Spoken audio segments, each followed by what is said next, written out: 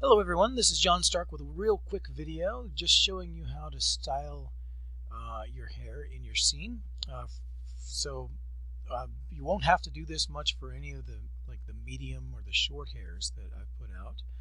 But the long hairs, there's a little bit of a problem in that you can see that the long hairs can clip right into the shoulders of your genesis or your clothing or whatever. And so that can be a problem, especially in extreme poses. Now in this pose that she's in right now, it really isn't going to be a problem, but I want to just show you how you can deal with it for more extreme poses so you can sort of make the hair do what you want it to do. And before you get scared, even though we're going to go into the hair modeling room, we're only going to use 3 tools and they're very easy to use. It's very simple. So first thing I wanted to mention about all of my hairs really is that when you load them up into the scene, they are generally already preloaded to go to Genesis, but they won't actually fit to Genesis, not fully. They might be in the sort of a smaller version, so it is worth once you've loaded them up to wait, sort of select Genesis again, wait for it to see how it's shifted on there. Now it's on there correctly. Now again, for this kind of a pose, not a big deal, it looks fine. In fact, I'll just do a quick render so we can see where we're at. And as you can see, it's fine. In this instance with this particular pose, the head is not turning or swiveling or tilting in any kind of extreme direction, so there is still some clipping going on, but it's only if you really care, if it's a really close up, that you would even fool with it. So let's pick something that is maybe just a little more extreme. Let's see if we can't find, thought I already had this pulled up and I didn't. Subtle poses for V5, like that one. This will probably be fine. Let's just load that pose. Okay, to be a little less professional, I paused it and found it better because the first pose I tried was just fine too. So I went and found a little bit more extreme pose so that you can see the problem here is that we have clipping through the shoulder.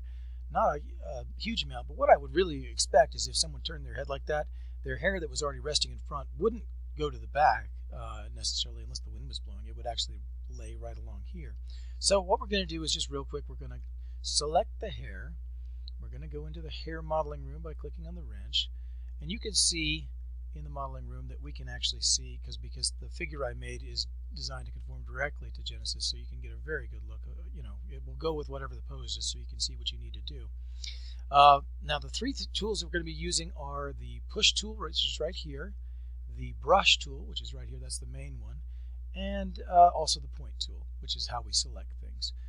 So the first thing you need to know is that a lot of my hairstyles have different hair groups, and we only care about the hair groups that are coming down and that we're going to move. In this case, as you can see, as we spin around, we could do something with the back, but from the camera angle that we're taking the picture, that really doesn't matter.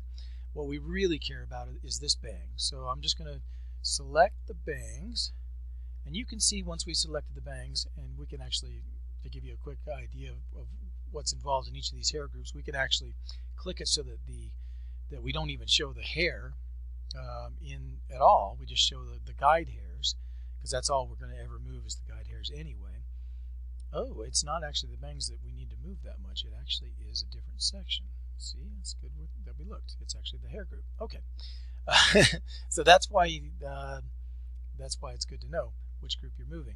Select the group that you're going to mess around with and move, and then we're going to select the parts that we want to move. Now we don't want to move this hair over here, and we don't want to move the back hair. We could move the back hair, but we're just going to focus on this hair.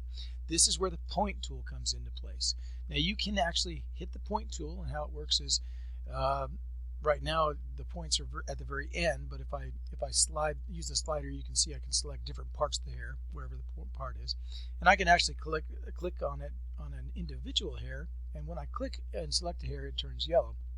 I don't want just one hair, I want a bunch of hairs, and the hairs I want to be able to select are at the bottom, and you can do this with a click drag. So I'm just going to click drag over that section. Now you see I've actually managed to goof up and select these over here. I can use a shift drag, excuse me, not shift, control shift drag and unselect those. So now I've only selected the ones that I want to move, and you can see that this one, even though it's at the end, it was never clipping through anything, so we don't need to move that one.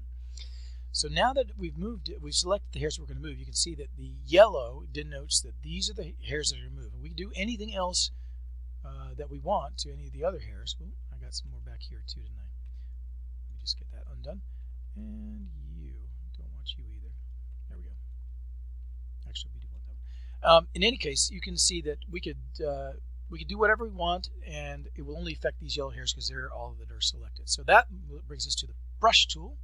I like to make the brush tool big by just hitting the controls. You can hit control and go back and forth with your mouse to make it resize it.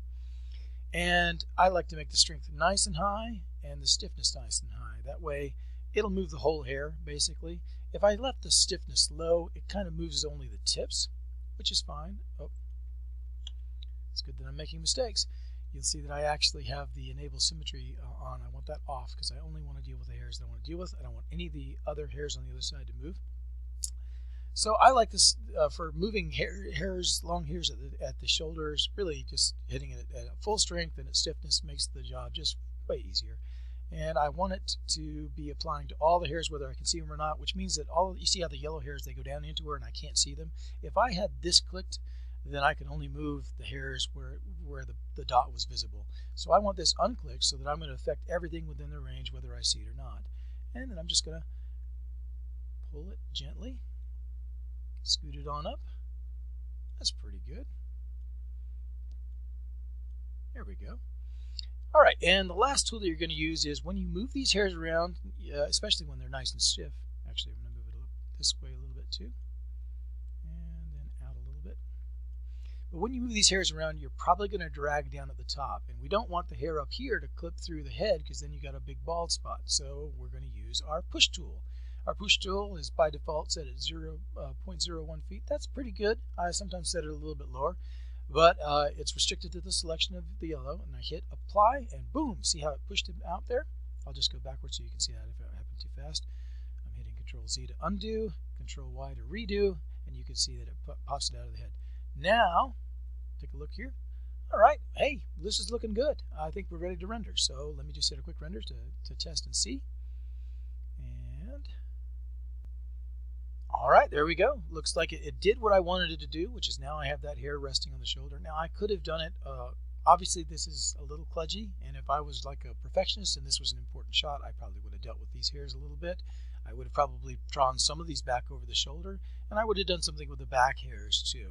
But this just proves the method, that it's fairly easy. It doesn't have to take that long to do, and it means that you can indeed use long hairs in your scenes, in extreme poses, and not lose the actual hairstyle. Now, let's talk about the few instances where you can lose the hairstyle.